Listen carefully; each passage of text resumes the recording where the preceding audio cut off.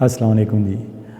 गाज़ीज़ law की जो first application है वो हमने लास्ट लेक्चर में की थी। गाज़ीज़ लॉ को अप्लाई किया था एक स्फ़ीयर के ऊपर, और वो चार्ज स्फ़ीयर था, उसके अंदर हमने इलेक्ट्रिक फील्ड मालूम की थी। आज के लेक्चर में हम गाज़ीज़ लॉ अप्लाई करेंगे एक इन्फिनिट शीट ऑफ चार्जेस के ऊपर। एक शीट है हमारे पास और उसके ऊपर चार्जेस हैं, और वो जो चार्जेस हैं उनसे जो फील्ड निकल रही है वो हमने मालूम करनी है। मिसाल के तौर पर ये एक शीट है, इसके ऊपर चार्ज है यहाँ पे दोनों साइडों पे, और यहाँ से इलेक्ट्रिक फील्ड निकल रही है। तो हमने इलेक्ट्रिक फील्ड की वैल्यू मालूम करनी है, फार्मूला बनाना है बेसिकली किसी पॉइंट के ऊपर। जैसे लेट से ये को पॉइंट है, यहाँ पे इलेक्ट्रिक फील्ड इंटेंसिटी निकालनी है। जो हमारे पास शीट है वो इन्फिनिट है, फाइनाइट शीट जो है वो नहीं है। तो इसमें जो आपने ये एक वेरी इंपॉर्टेंट क्वेश्चन है पेपर के पॉइंट ऑफ व्यू से, तो आपने जो थ्योरी लिखनी है वो मैंने यहाँ पे लिखी है थोड़ी सी इसकी, कि हमारे पास हम फ़र्ज़ करते हैं कि एक plane sheet of infinite extend है। इसको इन्फिनिट क्यों लिया गया है, फाइनाइट शीट क्यों नहीं ली गई? इसकी वजह ये है कि जब हम फाइनाइट फील्ड लेंगे तो उससे यूनिफॉर्म फील्ड नहीं रहेगी। अगर हम शीट को फाइनाइट लेंगे तो जो फील्ड, जो ये कॉर्नर हैं इस शीट के जो कॉर्नर्स हैं, यहाँ पे जो फील्ड है वो रिलेटिवली वीक हो जाएगी और सेंटर में स्ट्रांग होगी। तो इसीलिए इन्फिनिट शीट जो है उसको लिया गया है, इन्फिनिट शीट ऑफ चार्जेस। तो यहाँ पे मैंने जो आपने थ्योरी ऊपर लिखनी है इस क्वेश्चन में पेपर में, तो वो आप ये लिख सकते हैं कि हम कंसीडर ए प्लेन शीट है infinite extent of charges positive charges are uniformly distributed, let sigma be the surface charge density. तो हमारे पास जो एक नई टर्म यहाँ पे आ रही है सिग्मा, इसे हम सरफेस चार्ज डेंसिटी कहते हैं। अब ये सरफेस चार्ज डेंसिटी क्या होती है? सरफेस चार्ज डेंसिटी इसी तरह से है जैसे नॉर्मल डेंसिटी होती है। डेंसिटी क्या होती है? वो होती है मैस पर यूनिट वॉल्यूम। किसी यूनिट वॉल्यूम के अंदर मसलन एक हमारे पास बॉक्स है जिसकी लंबाई 1 मीटर है, चौड़ाई भी 1 मीटर है और ऊंचाई भी 1 मीटर है, वो क्यूबिकल बॉक्स है। तो उसके अंदर हमने मट्टी भर दी है। तो अब ये जो जितनी उसके अंदर मट्टी आएगी वो हम कहेंगे कि उसकी डेंसिटी है।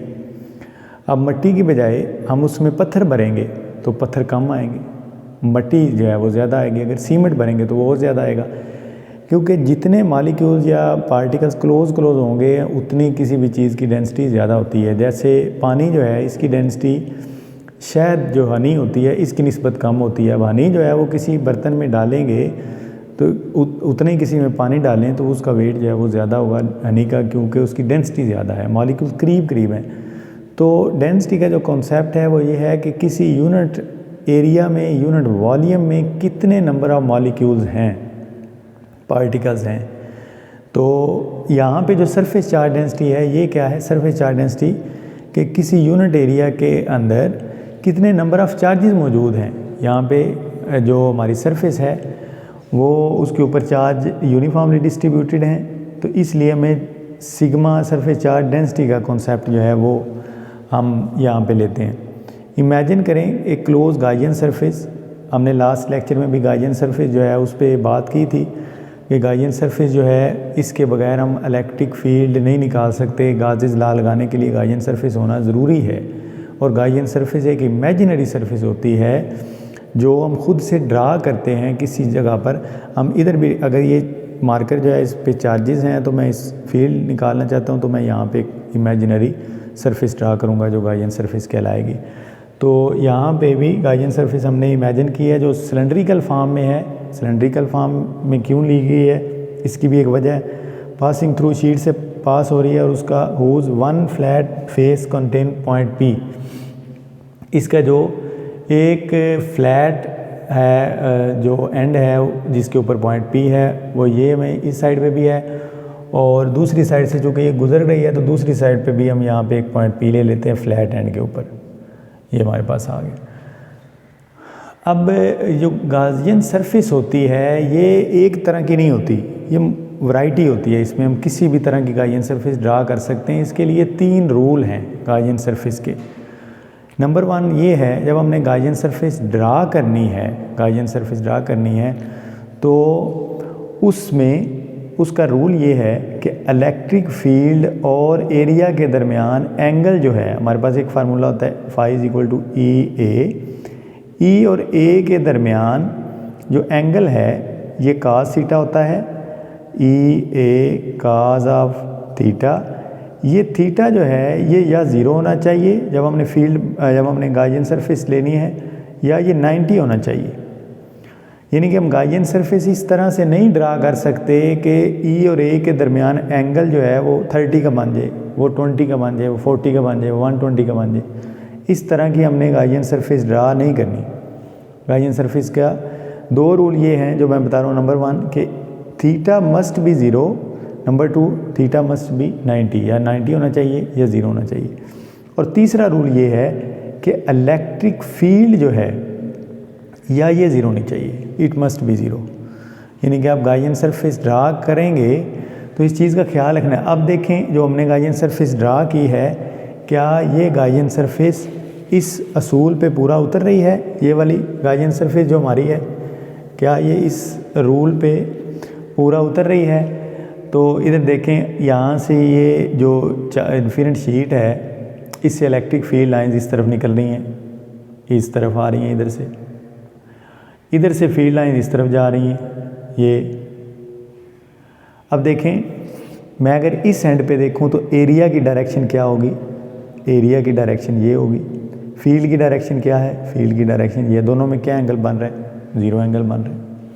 इस साइड पे देखें, एरिया की डायरेक्शन क्या होगी? इस सरफेस के ऊपर, इस पे एरिया की डायरेक्शन ये होगी। फील्ड की क्या डायरेक्शन है? ये फील्ड की डायरेक्शन है, ये चल रही है जो अंदर से आ रही है बाहर, ये हमारे पास। दोनों के दरमियान एंगल क्या है? ज़ीरो। पहली जो मैंने कंडीशन बताई है वो फुलफिल हो रही है।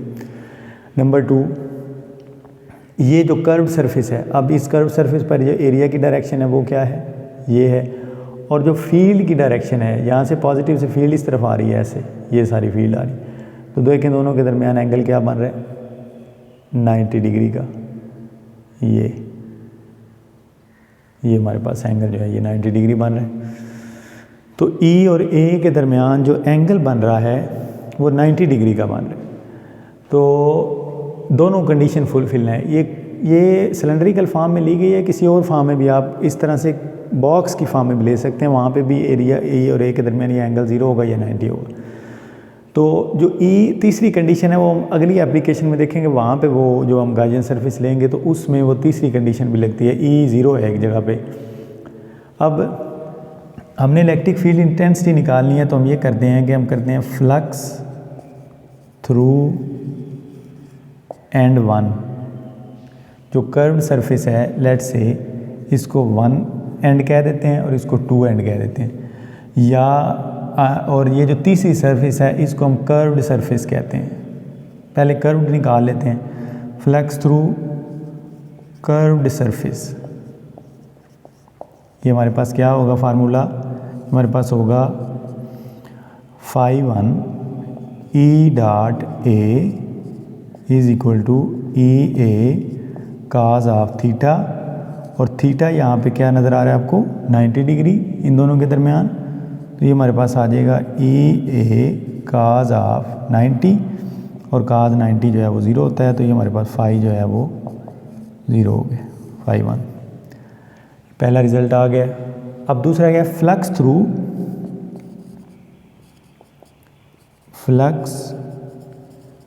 Through flat and 1।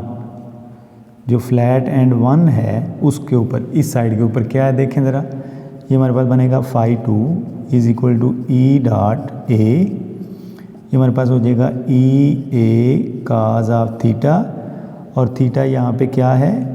थीटा यहाँ पे है 0 डिग्री। तो फाई काज 0 किसके बराबर होता है?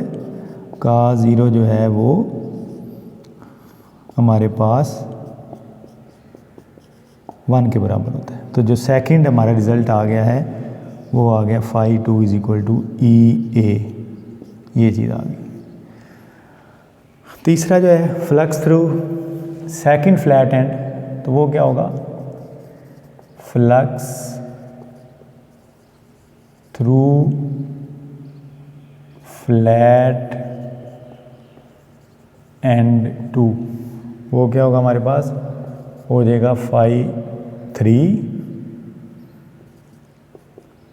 ई ए काज ऑफ थीटा, तो थीटा यहाँ पे भी 0 है, तो ये आपके पास आ जाएगा ई ए काज 0, काज 0 1 होता है, तो ये हमारे पास आ जाएगा ई ए। ये तीसरा रिजल्ट आ गया।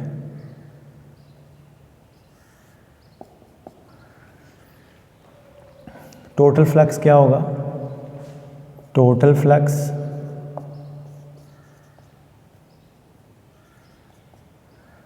फ्लक्स होगा phi is equal to phi 1 phi 2 phi 3, या ये हमारे पास हो जाएगा, पहला 0 है प्लस ई ए प्लस ई ए, और ये हमारे पास आ जाएगा 2 ई ए, ये हमारे पास फाई हो जाएगा। अब यहाँ पे इस इक्वेशन को हम कोई नाम दे लेते हैं, लेट्स से इसको हम इक्वेशन नंबर,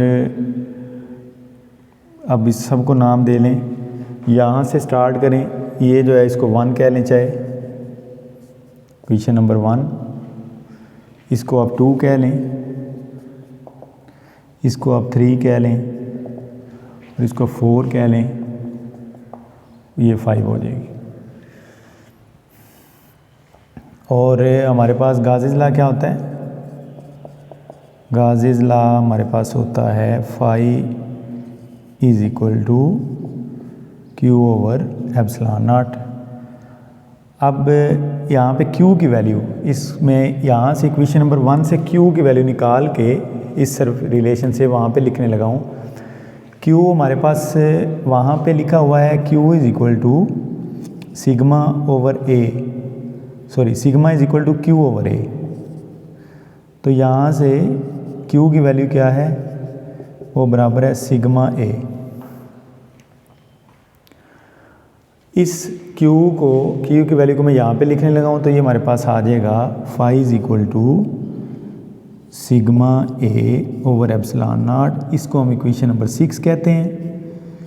इक्वेशन नंबर 6 और 5 का कंपैरिजन करें, कंपेयरिंग इक्वेशन 5 एंड 6, तो ये हमारे पास क्या बन जाएगा, कंपेयर इक्वेशन 5 एंड इक्वेशन 6, तो ये हमारे पास क्या बन जाएगा, 2EA is equal to sigma A over epsilon naught. A से कट गया, E is equal to sigma over 2 epsilon naught.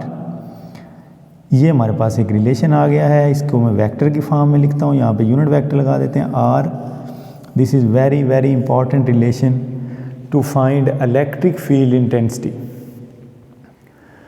ये हमारे पास जो रिलेशन है, ये इलेक्ट्रिक फील्ड इंटेंसिटी बता रहा है किसी भी शीट से कुछ डिस्टेंस के ऊपर। मज़े की बात ये है, जो ये रिज़ल्ट है, वेरी इंटरेस्टिंग रिज़ल्ट है कि इलेक्ट्रिक फील्ड इंटेंसिटी डिस्टेंस पर डिपेंड नहीं कर रही। ये इसी वजह से है क्योंकि शील्ड इन्फिनिट है। आप जितना मर्जी शीट से पीछे हटते जाएं, फील्ड कांस्टेंट रहेगी। अगर शीट फाइनाइट होगी तो फिर ये रिलेशन में R आएगा, डिस्टेंस डिपेंडेंसी आ जाएगी। शीट इंडिपेंडेंट थी, शीट इन्फिनिट थी, तो अब जितना दूर जाते जा रहे हैं, कोई फील्ड की इंटेंसिटी के ऊपर कोई फ़र्क नहीं आ रहा है। जितना करीब चले जाएं फिर भी कांस्टेंट है। देखें, करीब जाने से भी और दूर जाने से कोई फ़र्क नहीं पड़ता। सरफेस सिर्फ 2 चीज़ों पर डिपेंड कर रही है, एक सरफेस जो हमारे पास सिग्मा है, सरफेस चार्ज डेंसिटी, और नंबर 2 जो है ये हमारे पास मीडियम है कि अगर चार्जेस के और जिस पॉइंट पर हम खड़े हैं वहाँ पे कोई दरमियान में की चीज़ है, मीडियम क्या है, वो फील्ड को इफ़ेक्ट करेगा। तो ये टॉपिक जो है वेरी इंपॉर्टेंट टॉपिक है एग्ज़ाम पॉइंट ऑफ व्यू से सेकंड ईयर में। तो आपको उम्मीद है ये अच्छी तरह से समझ आया होगा। नेक्स्ट लेक्चर में हम करते हैं गाज़ीज़ लॉ की 3rd application. Thank you very much.